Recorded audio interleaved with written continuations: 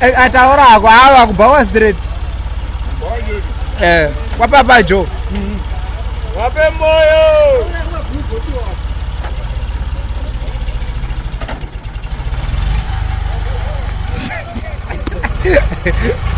Kwanza wala watu warefu.